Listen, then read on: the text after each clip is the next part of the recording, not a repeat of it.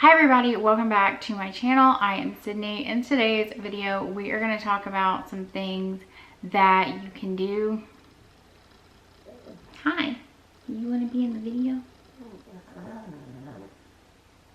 What do you want to do? What would you like to say? Pookie would like to say hello. Say hello, Pookie. Say hello to the people. Alrighty, we gotta teach them to sell on Poshmark. Want to sell on Poshmark? Okay. So anyway, I'm going to teach you in this video some things that you can do to make instant sales on Poshmark. These are some tips that will help you if you are having a slow sales day, if you need to move inventory. Don't let slow sales days frustrate you. Poshmark is one of the great platforms where you can actually do something about it if you are having a slow sales day. So in this video, I am going to give you some tips on how to jumpstart your sales if you are in a Poshmark rut. Before we get started, a lot of you asked me about my Facebook group, Posh Boss HQ. I will put the link to that down below. We would love to have you. It is a great community. I've tried to make it a very positive place for learning and having some really educational discussions where you can actually learn some tips that will help you. Okay, so let's get into this video. Some things that you can do to jumpstart your sales. The first thing you're going to want to do is list 5 items. More is better if you can do more, but 5 is probably the minimum just because over the past 8 years of me selling on the app, I have noticed more activity when I list at least 5 items. If I list any less than 5 items, I don't really notice any activity. So I think there's something about that number 5 that kind of triggers something in the algorithm and makes your items more visible to customers. So if you can find 5 new items, not old items that you're relisting, but 5 new items that you can list for sale.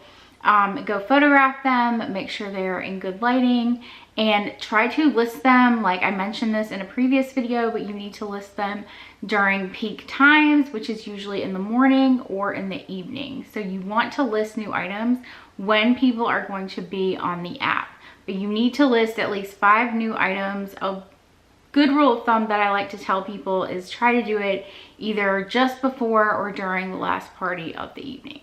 The next thing you're going to want to do is you want to go through and you want to do a full closet share. You want to share these items to your followers as well as to the party if you are sharing during the last party of the evening, or any party really. Just make sure the items are relevant to the party, with the exception of the last party, because that's kind of a free-for-all where you can share anything you'd like to that party. But if there is a party going on, you're going to want to share to your followers and to the party so that your listings can get double the exposure, because sharing to the party does not share to your followers, and sharing to your followers does not share to the party. So you want your items to be seen by as many people as possible. Some people are going to be in the app searching for things. Some people are going to be looking through the party. So you just want to make sure that the people who are searching for items and searching the party are actually seeing your items. So go through your entire closet, do a full closet share after you have listed new items. Another thing you're going to want to do is you're going to want to go through your closet and change your prices. Now, this doesn't necessarily mean lower your prices. It really depends on where you have your prices at. Some people, I look at their closets when I'm doing closet consultations for people, and you know, they have their items priced really high, and so in that case, yes, you do need to lower your prices. But honestly, more so often I see people have their items priced entirely too low. If you have dropped your prices in your closet to be at rock bottom, meaning you're selling things for under $15, then you really need to go through your closet and you need to raise your prices, because anytime your prices fall below $15, you're really cutting out any sort of cushion that you have to offer people shipping discounts, to send out offers to likers, to send out offers on bundles. You can't price your items at rock bottom and expect to make sales on them, because most people are on Poshmark to haggle with you, to get discounts from you. People want those discounts. It's part of retail. It's a huge psychological part of people buying things. So You don't want to price your items at rock bottom. You want to kind of find a good medium. You don't want to price them astronomically high, but you don't want to price them at rock bottom either. If you do need help with your pricing, or if you would like a closet consultation, I do have training resources on all of that, so I will link that down in the description box and in the comments below. The next thing you want to do is you want to go through and you want to send out offers to all of your likers and offers on all of the bundles that people have created within your closet. Now, it's also very strategic to pay attention to when you are doing this. Keep in mind, most people get paid towards the middle to end of the week. So you probably want to wait maybe till Thursday night to do this. That way people have paychecks coming in, people are shopping, people are going to be more likely to buy from you around their payday whenever they are getting money deposited in the bank, obviously.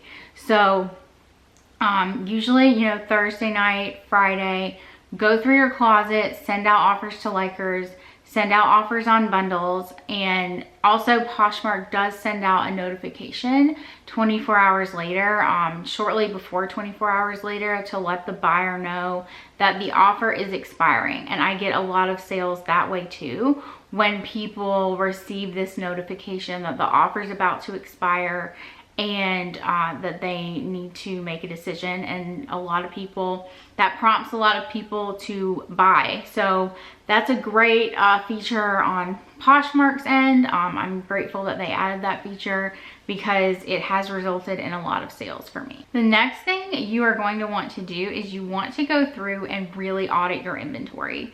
So everyone has stuff in their closet that they have had for a very long time. Linda actually left me this comment on my Why You're Not Growing on Poshmark video, and she asked a great question.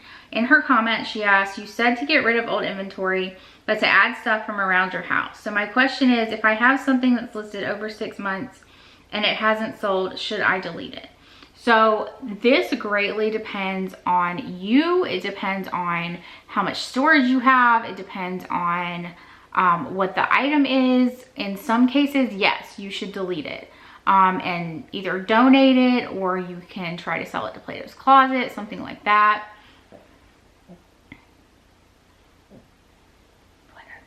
You can either donate these items or sell them to Plato's Closet or a buy sell trade store like Plato's Closet. But it really depends on a lot of things. So if you have the storage to store however many items you need to store, and you don't care about these things taking up space in your house or your storage unit or wherever they are, and you're okay with them being listed for as long as possible, then by all means leave it listed. And maybe, you know, you can go through your stuff periodically, pick a few things and maybe update the photos for them, re-photograph it, really take a step back and look at your listings, look at your photos, and try to picture it as a buyer would picture it.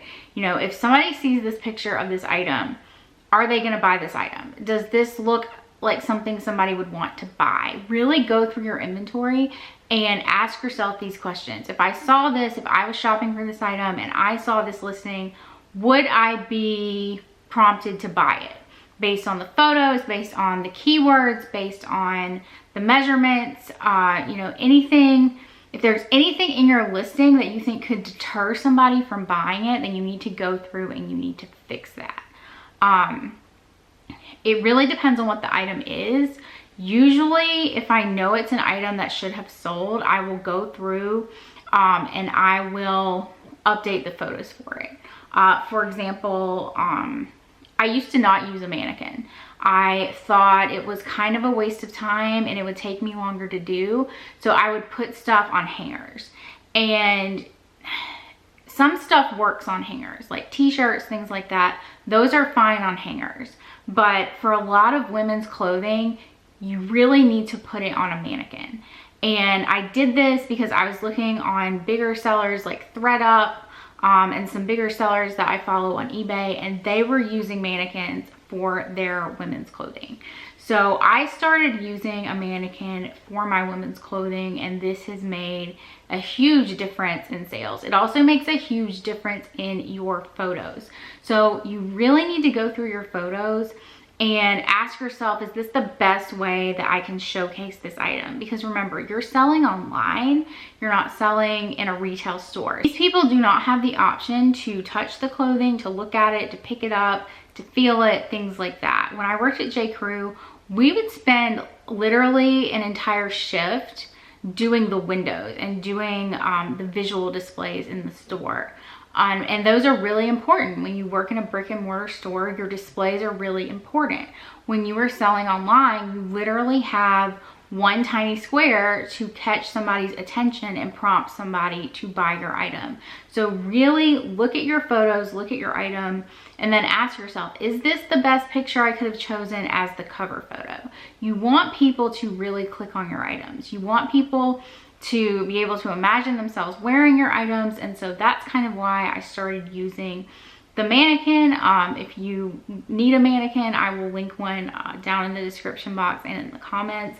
That is really something that has made a huge difference in my pictures and in my sales. And I do truly believe that it will add value to your items to put them on a mannequin, to really showcase and show somebody what the item truly looks like. Again, this is mostly for women's clothing, blouses, dresses, things like that. T-shirts and stuff like that, I don't really use mannequins for, but anything that you need to show the fit of something, I try to use a mannequin for my photo. But anyway, sorry, I kind of got off on a little tangent there about the photos, but you really need to go through and you need to audit your inventory.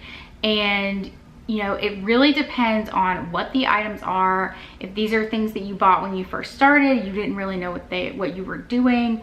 Some things you just have to kind of accept are not going to sell. If you want rid of things, then by all means donate them. Try to get something for them at Plato's Closet. Obviously you can't keep things forever. Most people don't have the storage space to keep things forever.